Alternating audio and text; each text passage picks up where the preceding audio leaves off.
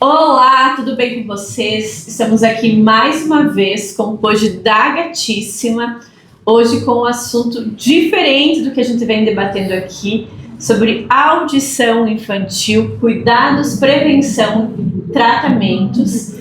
Tenho a honra de receber aqui hoje a Anne, fonoaudióloga, que vai tirar todas as nossas dúvidas, e a Jé, que é a mamãe do Ravi, que está enfrentando um probleminha agora de audição. Vou começar contigo, então, Anne, quero que você se apresente também para o nosso público, e aí vou te fazer algumas perguntas aí no andar da nossa conversa, para esclarecer, que eu acho que tem várias mamães aí que têm várias dúvidas. Então, eu sou a Annelise, sou fonoaudióloga, especialista em audiologia, né? Hoje a minha área de atuação é em audição, tontura e zumbido.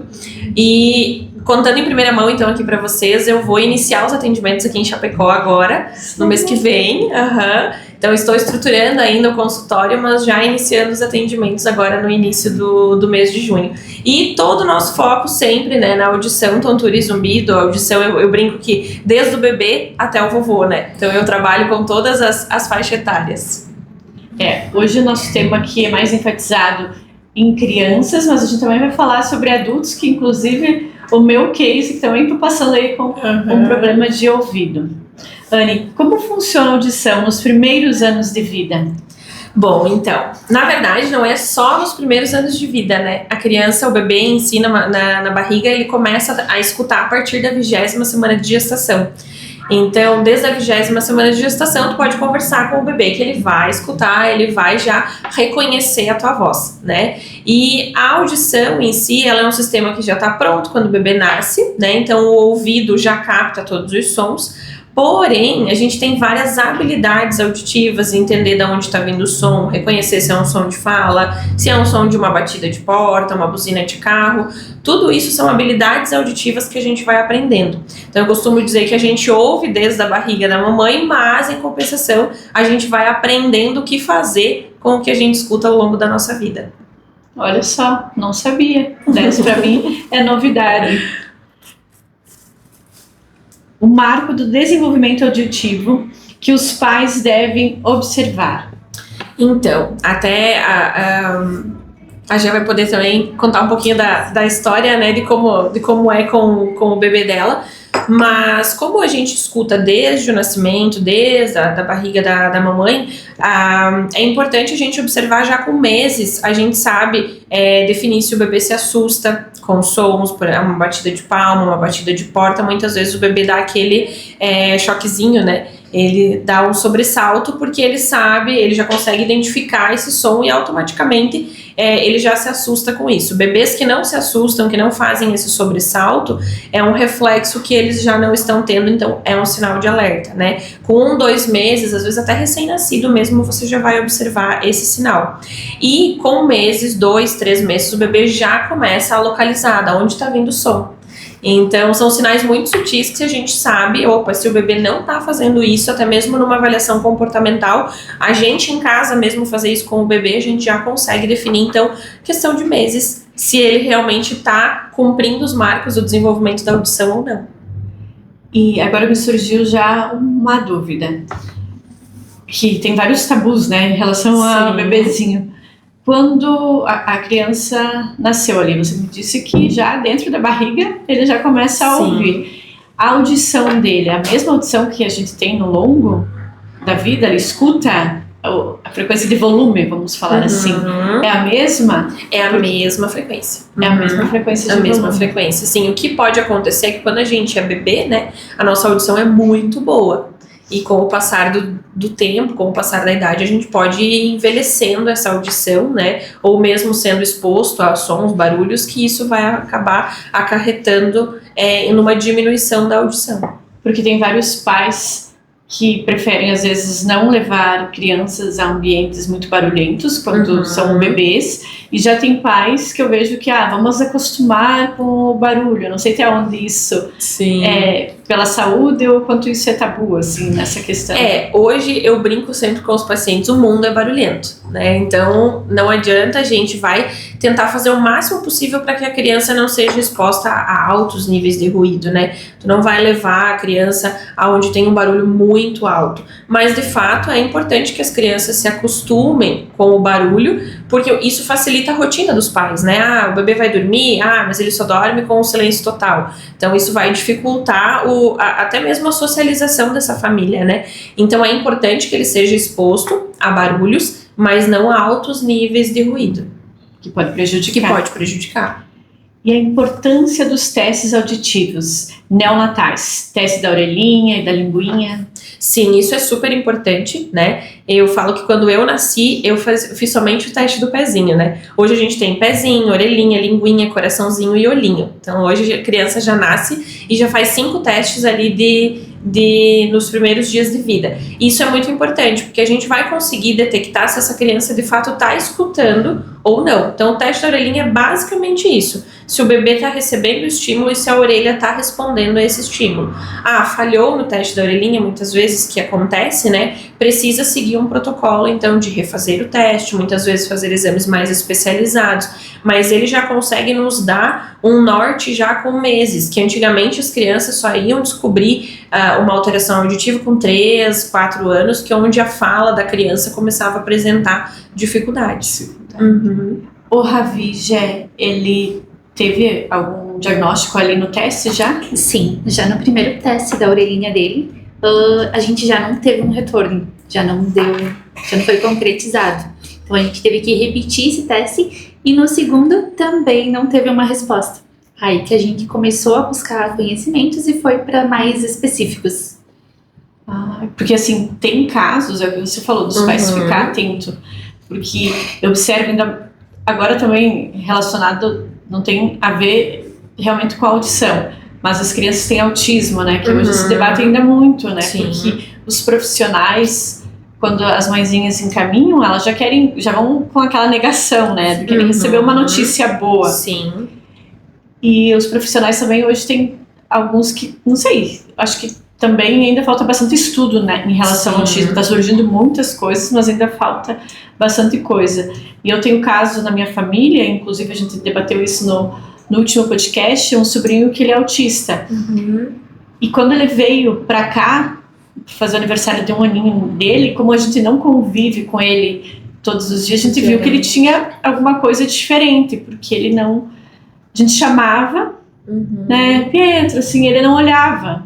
Então, assim, que você falou assim do barulho, a criança autista também tem algumas que ela tem audição boa, mas tu chama, né, tu fala com ela não te dá atenção, né? E foi aí que a gente começou a observar e pegar mais o pé da minha irmã, que já tinha procurado, porque ela sentiu que tinha algo diferente. Só que os médicos que ela tinha ido falaram, não, cada criança tem seu tempo, tá tudo bem, mãezinha. E quanto mais cedo tu conseguir o diagnóstico, melhor que tu comece a tratar antes, né? Exatamente. E aí até que ela conseguiu achar um doutor que conseguiu dar um diagnóstico, né? Pelo menos ir procurar um diagnóstico, que aí ela foi fazendo exames, enfim, e aí começou toda a batalha que se tem diariamente, né? Eu comento muito quando se trata de mãe, né? Todo mundo idealiza um filho perfeito, né? Então, quando tu começa a ter essas questões, será que meu filho tá escutando? Será que meu filho não é autista? Ele já deveria estar falando. Eu vejo que existe toda uma cobrança, né? Muitas pessoas vão falar que cada criança tem seu tempo, mas em compensação também muitas pessoas vão dizer, mas acho que tem alguma coisa de errado. E a mãe fica nessa troca de tiro, né? O que eu faço? Pra que lado que eu corro? E hoje em dia crianças autistas estão vindo para fazer exames de audição para conseguir fechar o diagnóstico de autismo, né? Porque se eu não escuto bem, automaticamente eu não vou desenvolver uma linguagem adequada, eu não vou conseguir falar, eu não vou compreender as coisas que você está me dizendo. Então eu preciso de fato descartar qualquer alteração na audição dessa criança para daí sim eu dizer não. Todas as alterações que ele apresenta são características do autismo. né? Então tem muita criança com TDAH e autismo que às vezes tá fechando o diagnóstico para isso, você vai ver tem uma secreção dentro do ouvido que não tá deixando essa criança escutar, e às vezes são coisas simples, né? Fáceis de resolver. E eu acho que essa cobrança que você falou vai muito, principalmente quando a gente tá um segundo filho, por exemplo. Foi uma gestação perfeita, digamos, a aluna foi perfeitamente, e o Ravi já veio com esse quebra da gente ter que procurar, e querendo ou não, a gente sabe que o mundo lá fora julga muito e é muito difícil, né? Sim. De falar, ele tem 1 ano e meio e não caminha, ou ele não fala nada, nem papai, nem mamãe, e tu fica, meu Deus. Mas aí tu começa a pensar que a gente mesmo fica reparando isso dentro da família. Porque a aluna com 1 aninho, a aluna caminhava, a aluna com 1 aninho e pouquinho já babaciava papai, mamãe, mamá. E o Ravi com 1 ano e 8 agora, ele não fala nenhuma palavra declarada e não caminha também. Então a gente fica se questionando, né? E a gente vai buscar ajuda e vai enfrentar o que é preciso. Sim. É que hoje tem muitas doenças correlacionadas também ao autismo, né? Então é o que você falou, né? Que talvez vai com diagnóstico, mas é outro. E talvez tenha algum diagnóstico e pode ser outro. Então eu acho que as mãezinhas também ficam, porque hoje é muita informação. Sim, Tem muitas crianças hoje. A gente debate, às vezes, eu e meu esposo, que eu não sei se no passado era porque não se tinha o diagnóstico, né? E as pessoas, tinha bastante pessoas, mas não eram diagnosticadas. Ou hoje aumentou tanto assim as crianças que têm um transtorno e o autismo ou doenças correlacionadas a isso.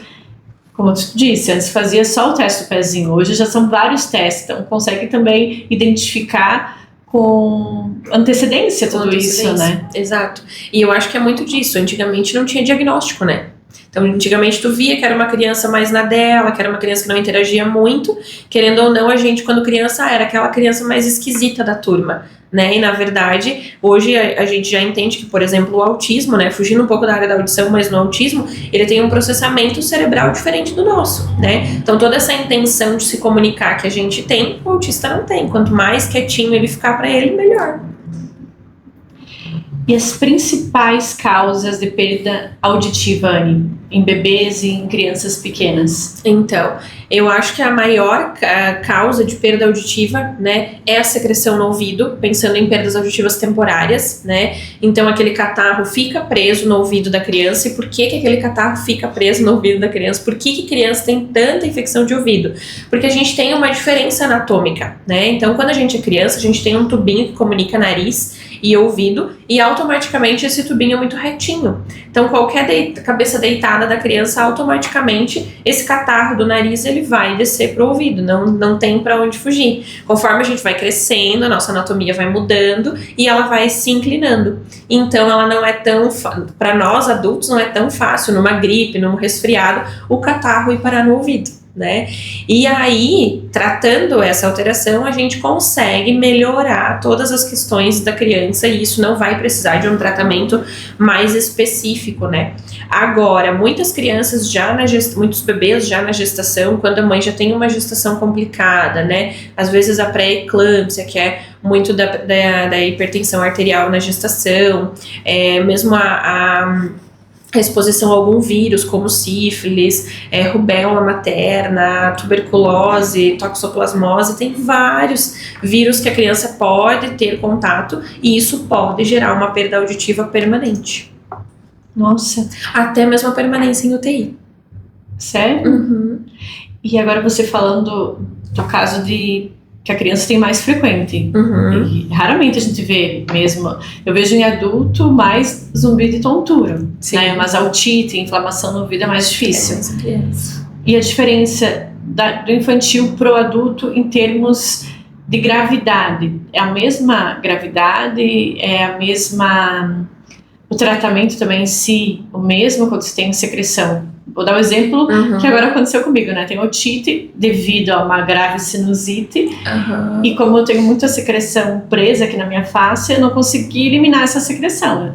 Então ela tá ali e a gente vai falar depois do procedimento, mas vou ter que fazer o procedimento.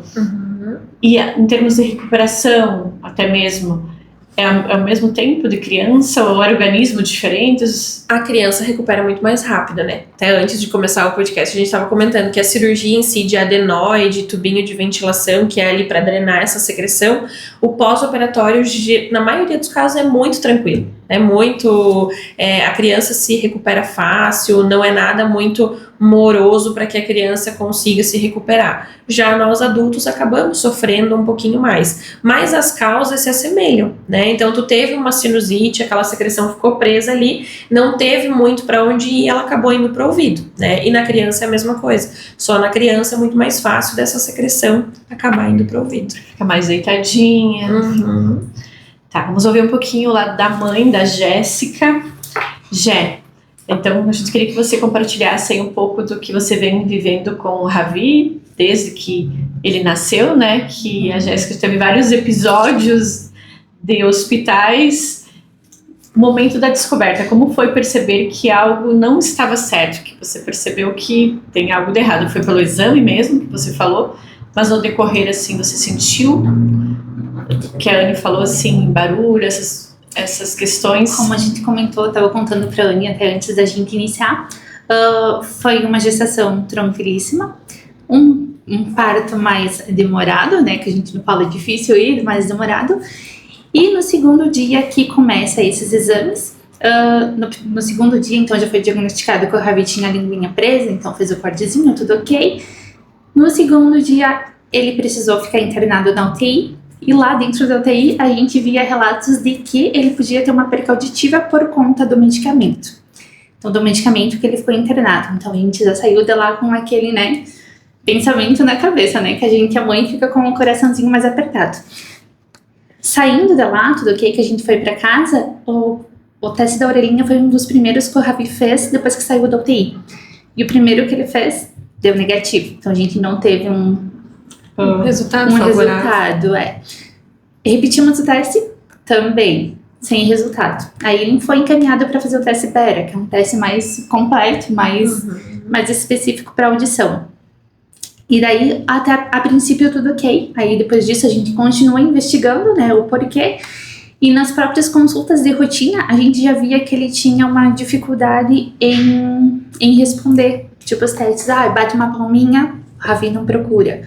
Chama, ele não procura o som. Então a gente começou a investigar. Aí depois disso foi encaminhado para um otorrino e diagnosticado que ele tem uma adenoide muito grande. Então por conta dessa adenoide, a secreção que foi pro ouvido e acabou trancando. Então a gente começou o processo de exames e de tratamento. A Jé estava pensando aqui. Quando a criança ela tem um problema de audição, ela nasce com a perca auditiva, sempre ela não vai conseguir desenvolver fala, porque daí ela não consegue ouvir. Isso é uma regra, vamos falar assim? É uma regra. Automaticamente, a criança que não escuta, ela não vai desenvolver a fala, né?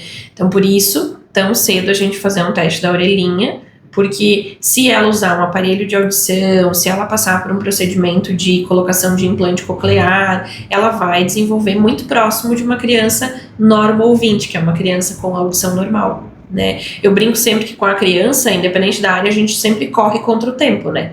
Porque qualquer atraso que a gente tenha, qualquer dificuldade no desenvolvimento, isso vai implicar em várias áreas do desenvolvimento, né? Que é o aprendizado, né?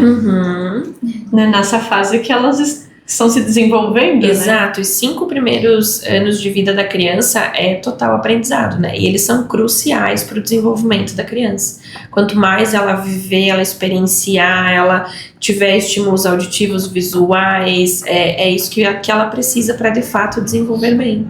E no caso do Ravi, a Jé já falou assim, ele nasceu com a linguinha presa, aí já constou lá no exame que tinha alguma perca auditiva. Isso é correlacionado ou não? Foi algo que aconteceu? A linguinha com a audição não, né? Aí o que acontece é que com toda essa secreção ali, né, a gente correlaciona muito a secreção com a perda auditiva temporária e automaticamente o atraso de fala. Então a criança que está com esse ouvido cheio de secreção, né, o funcionamento da orelha não acontece como deveria. Então é imaginar que a gente está dentro da água, que a gente mergulhou numa piscina e tem alguém lá fora falando com a gente. E aquilo fica longe, fica distante, tem coisas que a gente não escuta, né? Ou quando a gente está gripado e congestionado, né? Eu digo, a criança está assim o tempo todo. Então tu pode falar, tu pode aumentar o tom de voz, que mesmo assim aquilo vai ficar distorcido para ela. E aí automaticamente eu tenho um atraso de fala. E agora você falou em água no ouvido, me fez uma metralhadora de perguntas, né? Mas a água, a criança já tá com alguma inflamaçãozinha, alguma coisa, uma sinutezinha, mesmo que não aparente, né? Ou mesmo adulto. Vai pra água, entrou no banho, entrou água no ouvido, alguma coisa assim, isso pode provocar uma piora ou não? Não tem nada a ver? Dependendo do quadro, porque hoje a gente tem infecções que acontecem antes do tímpano, né, então elas são externas, que a gente chama, que é bem no conduto auditivo, onde a gente tem cera, e as otites médias, que são depois do tímpano, né, que é a que o Ravi teve e a que você também teve, porque é essa secreção que foi parar ali. Então, se eu tenho uma disposição mais fácil a ter uma infecção externa, automaticamente a água dentro do ouvido pode piorar o meu caso, né? No geral das crianças, não. Só vai piorar se acaso essa criança está com o ouvido muito inflamado ou às vezes até perfurou o tímpano por conta da infecção. Então, se esse tímpano chegou a se romper por conta de uma infecção e tu molhar, essa infecção sempre vai piorar. Ele pode romper. Ele pode romper. No teu caso, por isso que tu vai precisar fazer um procedimento para drenar, justamente para que não aconteça o rompimento do teu tímpano. E se o tímpano se rompe, a perca auditiva tem uma possibilidade de perca auditiva ou ela é certa daí? Tem uma possibilidade da perda auditiva, porque tudo vai depender de como ele se rompeu. Se a cicatrização dele foi rápida, se ele vai se reconstituir sozinho.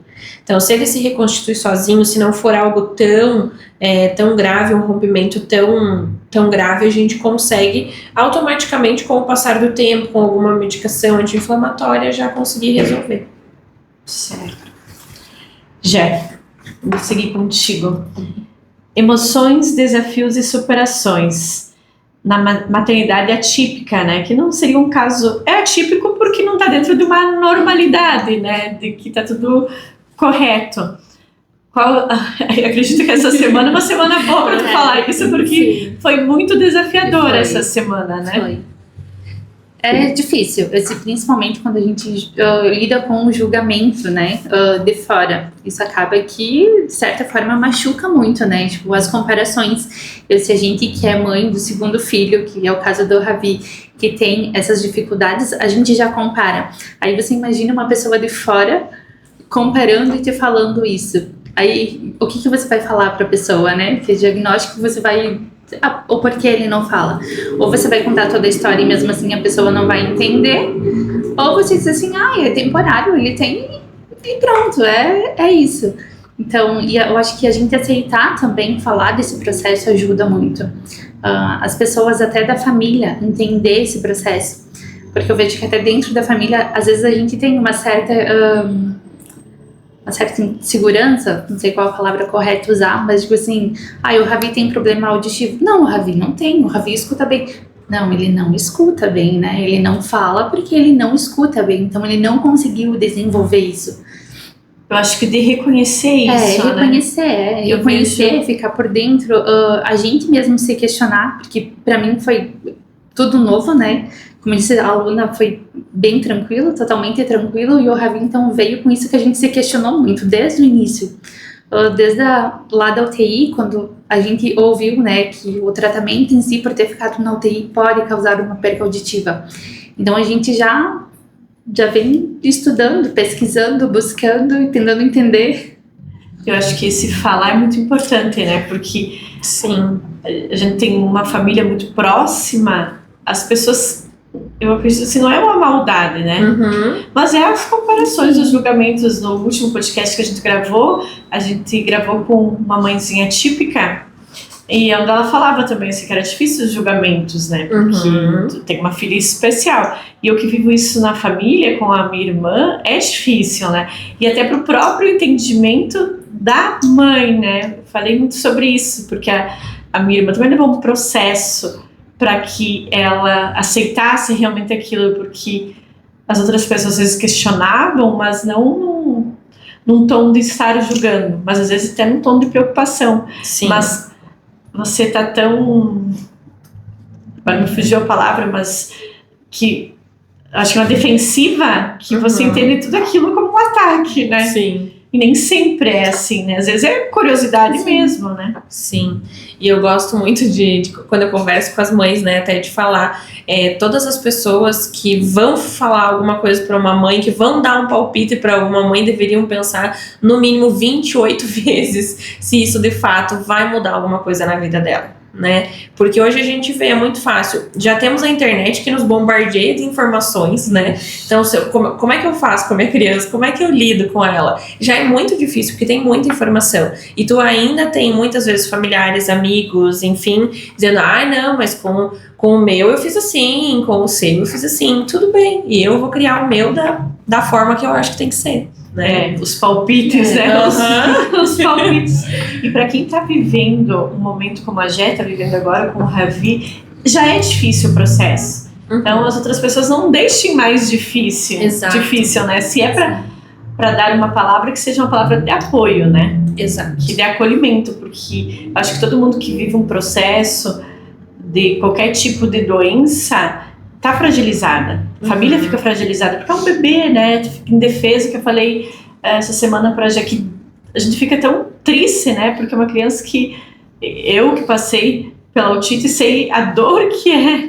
Aí você vê um bebê fragilizado e a família fica fragilizada. Com certeza. Então, se quiser dar uma palavra, que seja uma palavra de apoio. E falando em apoio, olha só, Jé, próxima pergunta. Importância do apoio familiar e também profissional. É muito essencial. Assim, a gente, como tem uma rede de apoio em casa, tanto para ajuda, para a gente conseguir dar conta, tanto para o trabalho, né? Eu digo, hoje eu tô aqui, essa semana não vim para o trabalho, o Ravi está com uma... Me fugiu a palavra? Pneumonia. Uma pneumonia. E então fiquei em casa, um cuidado redobrado, né? Sim. Não precisou ficar internado, graças a Deus, mas precisa ter um cuidado essencial em casa para que não precise retornar. E o apoio, tanto a rede de apoio, o pai que cumpre muito bem seu papel de pai, que já ajuda muito, né? As avós, as tias, o próprio trabalho, acima, né? A gente não tem o que falar, a flexibilidade que a gente tem de poder ficar em casa, de poder dar essa atenção, poder depois vir dar conta de tudo, né? Mas é muito gratificante ter tudo isso. O que a gente trabalha muito aqui dentro é a empatia, né? Porque a gente não sabe. Eu, início do ano, quando eu tive a minha otite, e também por isso aquela pergunta da água, porque eu tenho essa sinusite crônica, né? Que eu trato há anos. Inclusive, esse ano, depois desse tratamento que eu fiz intenso para otite, ela meio que ficou bem dominada, assim. Não sofri com ela até o inverno, né? Agora, Deus ajude que ela fique quietinha. E foi um momento de férias, eu sou muito acelerada, desacelerei, então baixa minha imunidade e eu fico sempre zicada das minhas férias, né, gente? E aí a gente foi pro Nordeste e eu entrei muito na água, que é coisa que eu não faço. Mergulhei e fiquei bastante na água. E quando eu voltei, eu já saí de lá com a minha sinusite bombando, né, nos últimos dias. E aí comecei a ter dor no ouvido, que eu nunca tinha tido. Tive casos, eu conversei com a minha mãe se eu tinha dor de ouvido de criança, ela disse assim que raras vezes. E eu tinha bastante inflamação na garganta, mas nada no ouvido. E aí, me automediquei, né? E aquilo começou uma dor tão forte, e aí eu fui pra Unimed, e de lá, quando eu fui diagnosticada, foi Unimed, entre otorrino e volta Unimed, medicação na veia, e não passa, era uma dor que não passava. Aí, o último momento que eu fui no Dr. Rodrigo, ele me disse, olha, nós estamos no momento que você toma a decisão, ou tu suporta a dor, ou a gente faz o procedimento, né? Eu não posso dizer assim, vamos fazer o procedimento que não tem mais o que fazer. Eu, como médico, te dar todas as alternativas até não tiver o que fazer. Se você suportar a dor, a gente vai continuar tratando, né? E aí eu não fiz o procedimento, porque aí no dia, isso foi numa quinta-feira, na sexta, meu Deus, me deu uma crise de dor, assim que eu não aguentava mais, fui pra Unimed, e aí já era noite e não conseguiram contato com o doutor. E aí eu não fiz o procedimento porque não conseguiram contato. Aí depois dali, eu tomei medicação na veia, passei sábado ainda com bastante dor, mas aí foi acalmando, acho que começou a fazer efeito. Sim. E aí o doutor foi monitorando, né?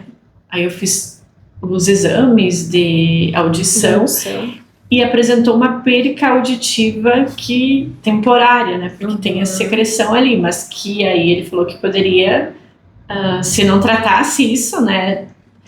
Poderia ser uma perca que eu não conseguisse permanente, não conseguisse dar a volta. Aí a gente entrou com mais um tratamento, com antibiótico e mais alguns outros remédios. Fiz novos exames e a secreção não saiu. E agora eu fiz as 2 tomas essa semana para mim ver o nível dessa secreção. Como o doutor falou, para ver se a gente só faz o corte no tímpano ou a gente coloca o dreno para drenar toda a secreção, porque ele diz que se tiver muita secreção, mesmo com o corte, não vai sair tudo. Talvez ele se feche sem sair tudo. Exato. Aí tem que drenar, os cuidados são, acho que, um pouquinho maiores do que simplesmente cortar.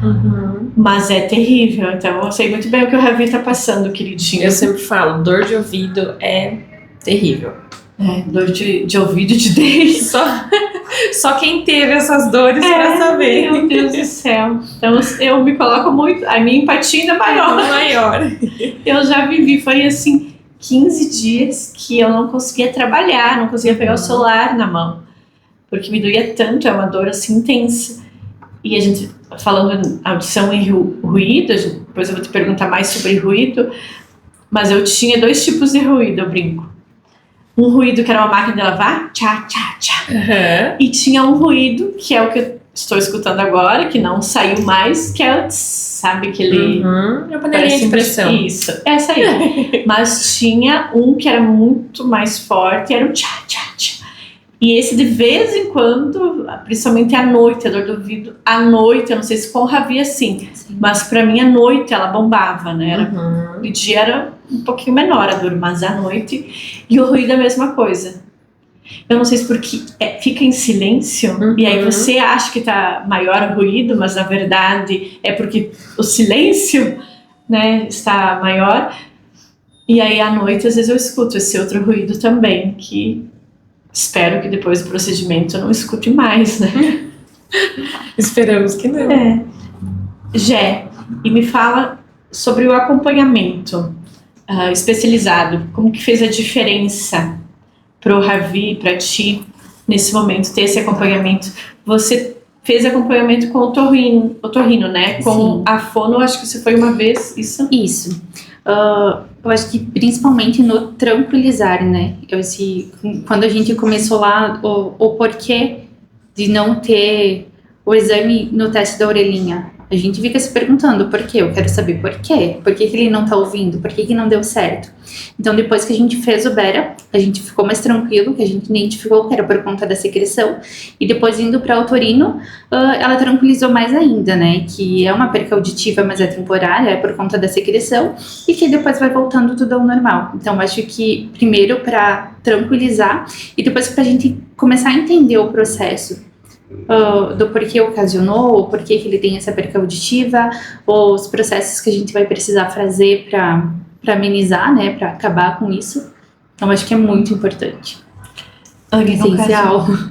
Do Ravi, que ele vai fazer esse procedimento, né, quando ele fazer esse procedimento, é indicado fazer um tratamento com uma fono depois, como ele já vai ter um atraso, né? Sim. Porque ele não está escutando direito, então naturalmente vai ter um atraso. É indicado o tratamento com a fono pós a cirurgia? Com certeza. É até uma questão que tu comentou sobre o caso da tua irmã, do teu sobrinho, que alguns profissionais falaram que, não, cada criança tem o seu tempo.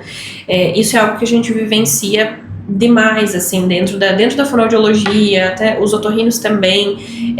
Se eu tenho um atraso, né, qualquer atraso que eu tenha, eu tenho que correr atrás disso.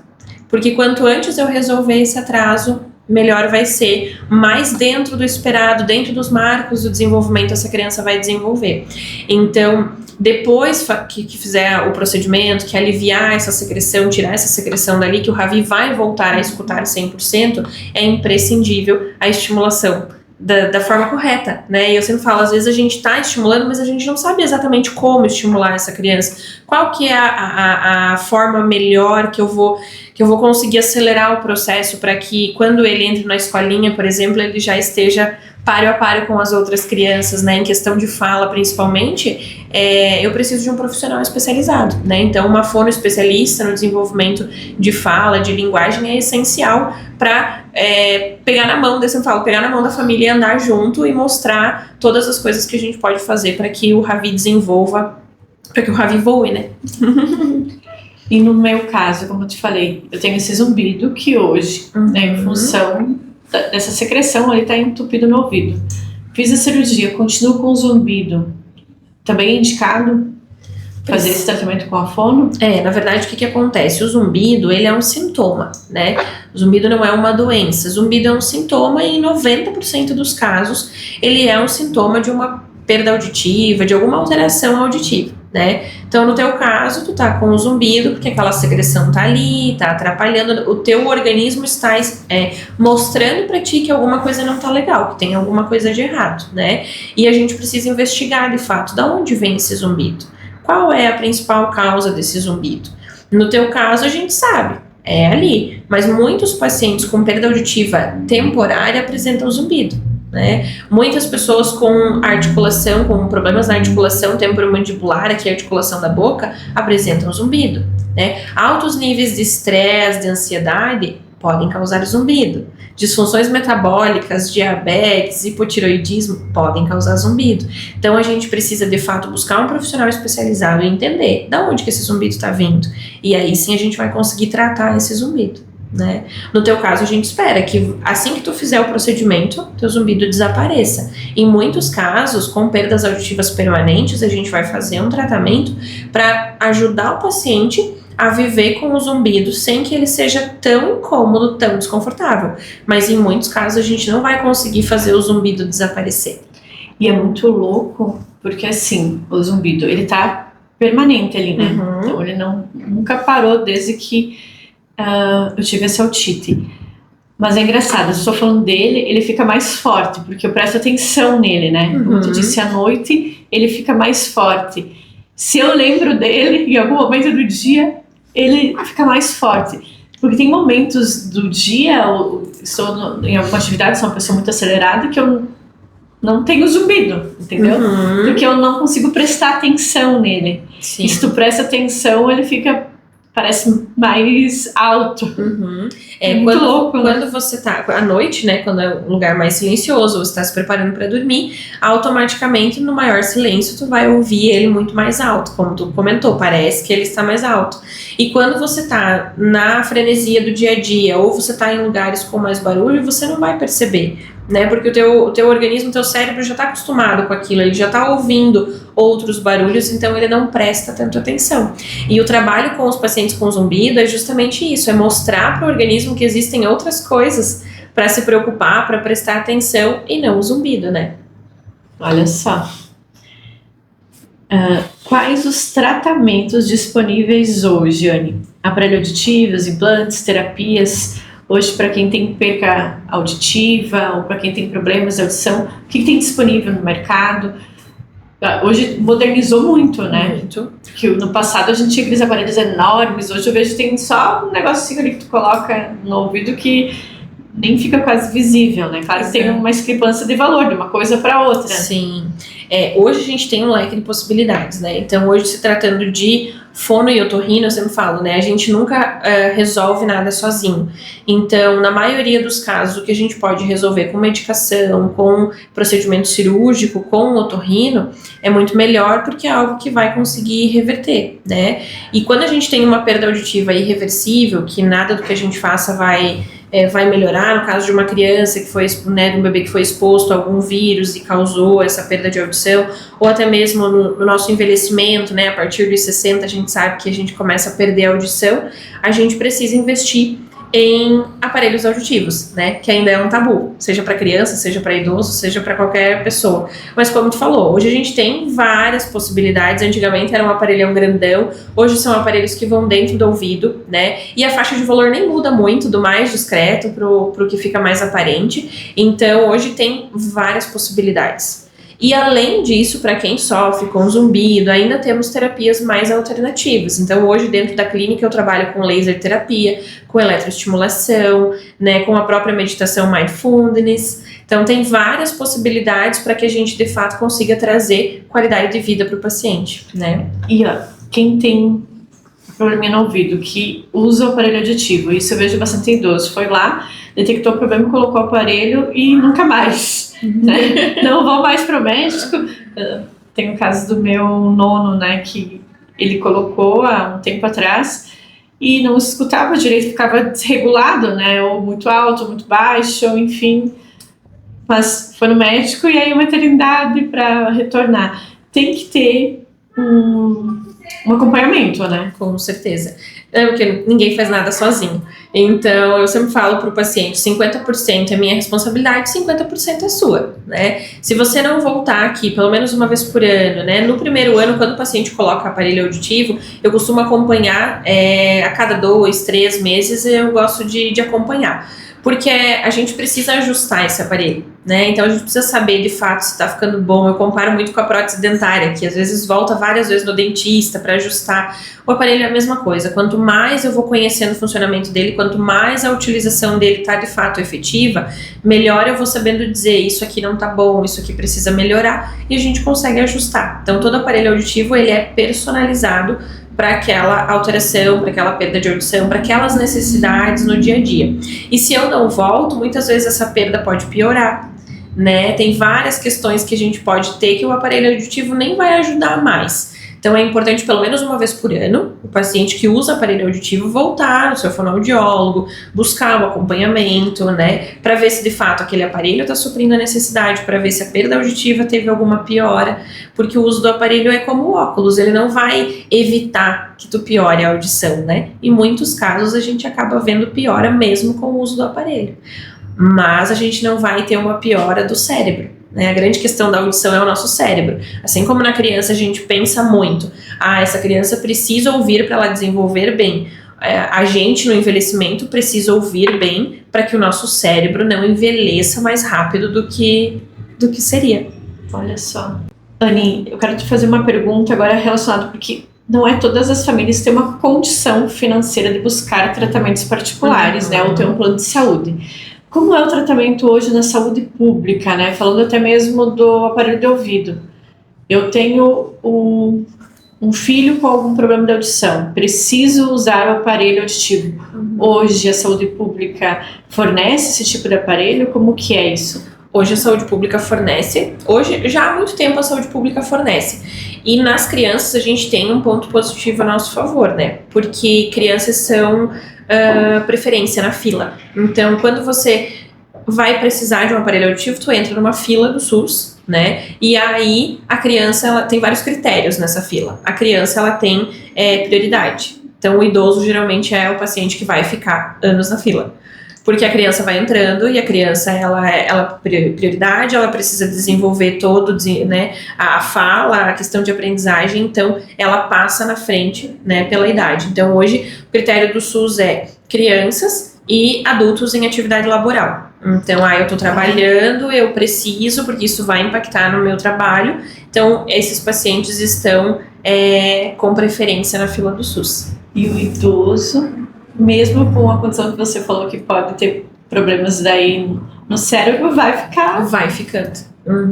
Que acaba que na saúde pública, né, a gente vai tendo que escolher para onde vai, como fazer. E é muito diferente a tecnologia dos aparelhos, dos tratamentos para a saúde pública, para o particular. Sim, e isso varia bastante, né, no particular, porque no particular tu tem um leque de possibilidades, né, tu pode desenhar quais recursos tu vai precisar para aquele paciente, você adequa do jeitinho que ele realmente precisa, né, e no SUS, pela questão de valor, realmente o aparelho ele é muito mais simples e muitas vezes ele não vai entregar o que o paciente de fato precisa, né? Por isso que muitas vezes a gente vai ouvir, isso não só do SUS, mas pacientes até no particular que não se adaptaram ao aparelho, que não conseguiram utilizar o aparelho, eu sempre falo, alguma coisa não estava correta, ou você não estava aberto para o tratamento, ou alguma coisa naquela regulagem do aparelho ficou faltando. Às vezes eu sempre falo, às vezes o paciente nunca mais retorna, né? E aí realmente vai ficar em defasagem. É que as pessoas, elas buscam a solução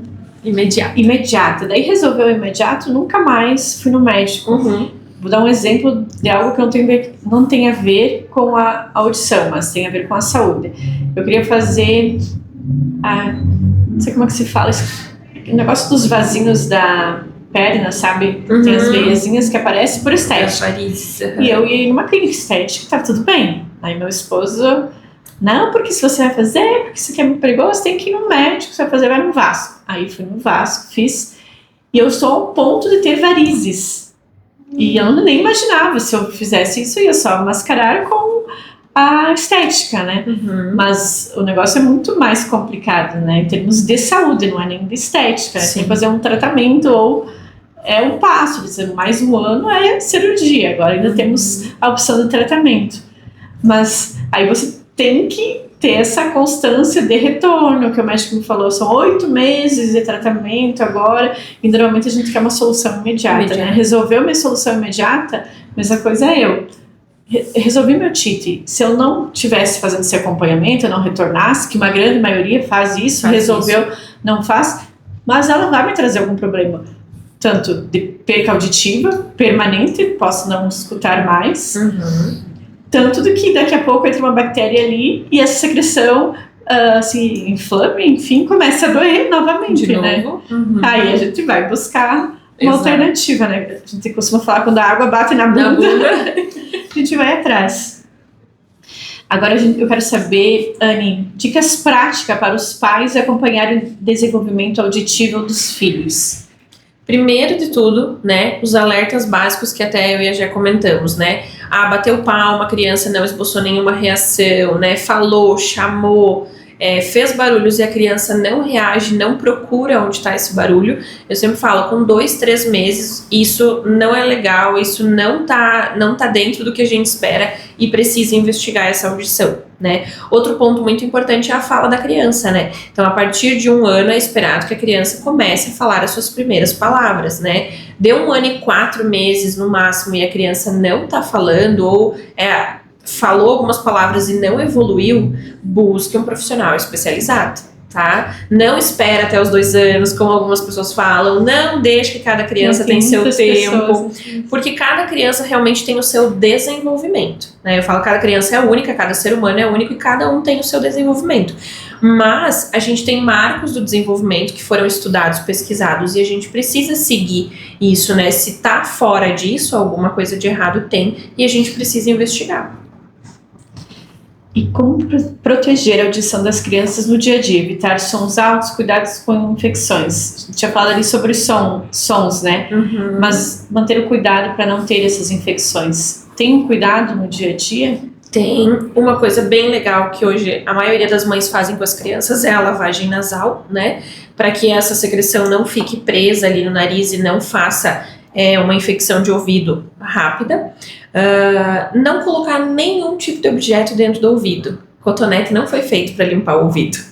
Se a gente olhar atrás da caixinha do cotonete, vai estar lá, não indicado para introduzir dentro do ouvido. Então, o nosso ouvido é autolimpante, né? Então a nossa cera é produzida, o ouvido vai expelindo essa cera, vai jogando para fora e ele vai produzindo nova cera. Quando a gente vem com um objeto, seja o cotonete, seja tampa de caneta, chave de carro, clips, Ramona, que eu já vi de Lembrem tudo. as unhas, que os antigos deixavam o homem, a unha comprida aqui, dá uma coçadinha. Pra dar uma coçadinha. Então, não é indicado nada dentro do ouvido, né? Essa cera vai sair sozinha. Então, no banho, lavou o ouvido da criança, vai passar uma toalhinha na orelha para secar ali até onde o dedo alcança, né? Eu brinquei. Deus nos fez já tão perfeitos que o nosso dedo não entra no ouvido justamente para isso. Então, lavou, secou bem a orelha, é o suficiente, né? E se tu vai colocar a criança em um ambiente com muito ruído, Hoje a gente tem o tampão personalizado, né, que é um tampão de silicone, a fono molda a orelha da criança, confecciona o tampão da cor que quer, com glitter e tudo mais, e você pode colocar o tampão porque ele vai abafar esse som muito alto e vai te dar um conforto, uma tranquilidade de não estar expondo o teu filho a um ruído muito alto. Muito legal, não sabia essa do tampão. E desmistificando, zumbido em crianças, uso de fones de ouvido, entre outras coisas, né, que pode prejudicar. Isso é fato ou não? Isso fake? Não, isso é fato. O zumbido na criança, ele é que nem a tontura, né? A criança não sabe referir se ela tá sentindo zumbido, né? Não sabe se referir se ela tá com tontura, então é muito difícil de a gente diagnosticar através desses sintomas. Mas, em contrapartida, né, se a gente tem várias dessas situações que a gente já comentou, de perceber que a criança não está escutando, a criança está desatenta, é importante a gente ligar o nosso alerta, né?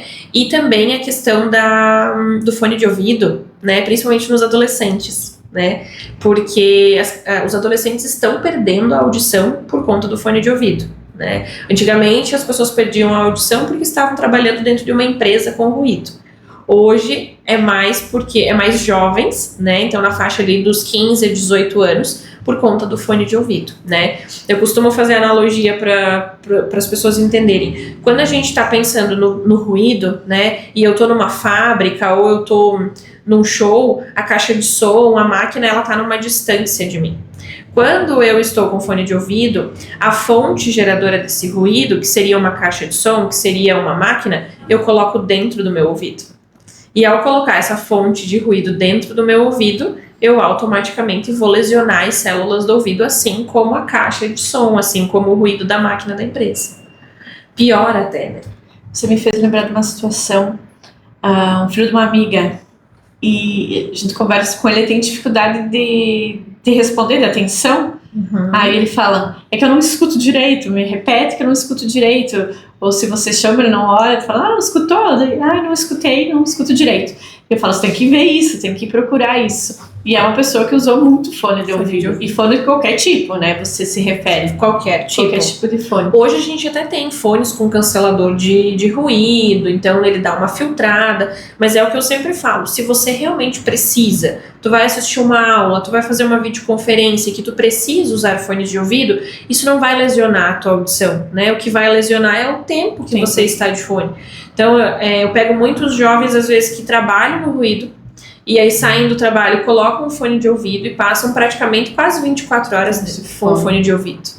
E para adulto, fugindo um pouco do tema, mas para o adulto, um jovem, como que ele identifica que ele está com algum problema mesmo da audição?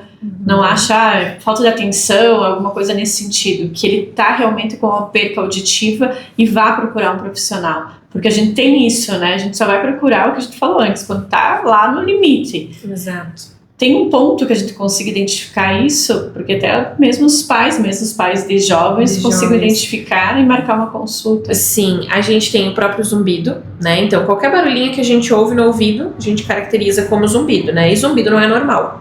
A gente tem muitas pessoas que ainda acham, não, mas o zumbido é normal, né? Até que ele passa a ser algo muito irritante, e aí sim a pessoa vai buscar. Então, se eu tenho zumbido no ouvido, né, frequente, isso não é normal. Se eu tenho essa desatenção, que as pessoas falam comigo e eu digo, eu não entendi, não escutei, isso já é um sinal, né, de que a gente não está escutando 100%.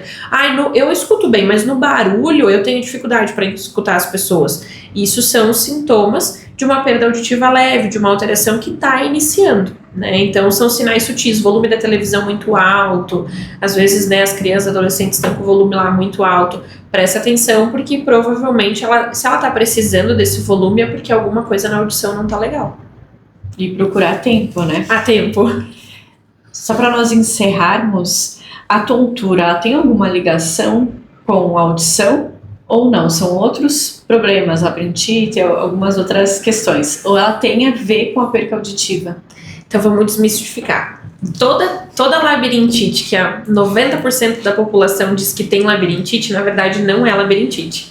Labirintite é uma doença rara, né? Uma infecção muito grande ali no labirinto e que muitas vezes o tratamento é mais agressivo ainda do que a otite, por exemplo, que tu teve. Então, a labirintite que as pessoas sentem, aquela tontura, desequilíbrio, muitas vezes é uma VPPB, que é uma vertigem, que é causada por cristais que se deslocam dentro do labirinto, ou uma disfunção. O labirinto está funcionando mais rápido que o outro, eles não estão funcionando em sinergia, tá? E eles têm total relação com a audição, porque é um órgão só. Então a gente tem o labirinto e a cóclea, que é o órgão principal da audição, eles estão juntinhos ali.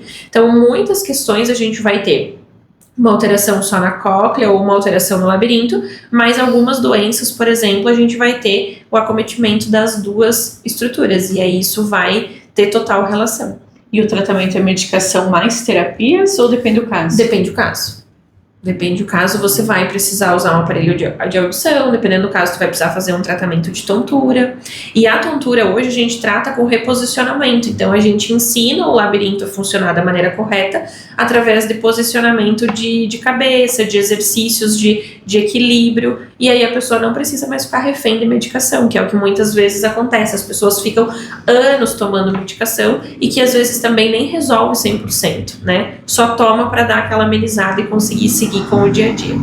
E é tão melhor, né? Irmos para terapias alternativas. Exatamente. Não agredir o nosso organismo. É isso mesmo. Já tu quer fazer mais alguma colocação? Não, bem tranquilo. Mas eu tenho uma dúvida na questão da lavagem nasal. Porque tem médicos que indicam e tem médicos que não indicam. Inclusive, o Ravi, eu questionei muito isso, como eu questionei da fono também, né? Porque quando eu levava ele no pediatra, eu queria uma fono. Eu queria levar ele numa fono porque eu tava preocupada. E ele me disse que é um processo, que primeiro ele ia ter que passar pelo otorrino. E depois, como você falou, depois do procedimento, aí sim o acompanhamento pela fono. Que eu não podia pular as etapas. E da lavagem nasal também, porque já tive pediatra que me disse que não era para lavar. E como as de agora, eu preciso fazer a lavagem. Tanto é que ele faz a lavagem diária. Aquela com a... Isso. Na verdade, o que acontece? Eu sempre falo para as mães que me perguntam no consultório, né? Se eu tenho, se eu consigo fazer a lavagem de uma forma tranquila na criança, né? Se a criança não se debate, se eu aprendi a técnica certa, ela vai ser benéfica. Agora, se eu tenho que ficar segurando a criança, fazer a força, a gente tem grandes chances de errar na hora de fazer a lavagem, então nesses casos é melhor não fazer, né? O otorrino, que é o médico especialista do nariz, ouvido e garganta, ele vai direcionar sempre se vale a pena você fazer a lavagem ou não, né? Mas se é aquela coisa forçada que tu precisa segurar a criança, tem muita chance de você, ao invés de mirou ali, apertou, a criança se mexeu e você acaba fazendo a lavagem de forma incorreta. E aí isso vai prejudicar muito mais do que ajudar. Sabe que eu também, quando fui, porque como eu tenho essa sinusite, a indicação da minha otorrino quando eu fui fazer tratamento era sempre fazer lavagem, até 3 vezes ao dia, porque ela me explicou que tem uma esponja aqui, como se fosse, né? E a minha tinha apodrecido, então eu tenho que fazer a lavagem. Aí quando eu fiquei com esse quadro de otite, o primeiro otorrino que eu fui, ela disse assim, esquece, não faz a lavagem. Aí depois eu fui no doutor que está me tratando, ele me deu um spray que eu nunca tinha visto, 360, para mim fazer a lavagem uma vez ao dia, né? E eu uso constantemente o Avamys, né? Que é um tratamento também, ele trata e ajuda por causa da minha sinusite ainda, porque eu tenho secreção ali. Mas eu também tinha essa dúvida. E às vezes é importante o otorrino nesses casos, porque ele vai direcionar qual é o melhor método de se fazer, né? Porque existem várias garrafinhas, existe a seringa, então existe um leque de possibilidades, né? E vendo a estrutura do nariz da criança, ele vai poder dizer, não, a melhor forma para tu fazer é com a garrafa de tantos ml, né? Então ele vai direcionar com muito mais propriedade. Inclusive o Ravi, agora a gente optou pela garrafa, porque o que dá resultado nele é a quantidade e não a força, né? E não a força. Exato. Então com a quantidade a gente consegue, tanto a postura como a forma de segurar ele deixa ele muito tranquilo, porque ele já está acostumado. E dá pra ver que ele sente um alívio após a gente fazer a lavagem, né? Ele muda a feição, ele gosta de fazer. Então com a garrafa, tipo, tu coloca, ele sai em grande quantidade. Quando a Bem criança mais já prático do acostuma que... pequenininha, é mais fácil de fazer. Porque É mais com, difícil pra gente adulta.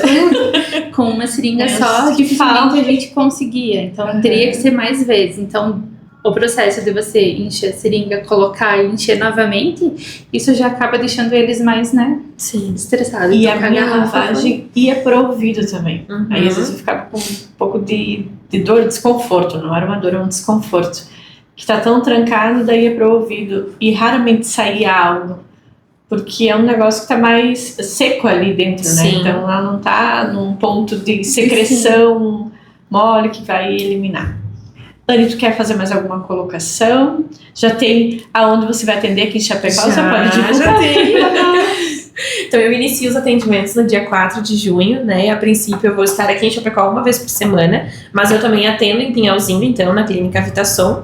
E aqui em Chapecó eu vou atender no Centro de Saúde Humanitá, na clínica da doutora Luciara Jacobi, que também é fonoaudióloga, especialista em voz, né? E aí eu vou somar um pouquinho ali no time dela também. Que bom você tá E vindo pra agradecer cá. pelo convite.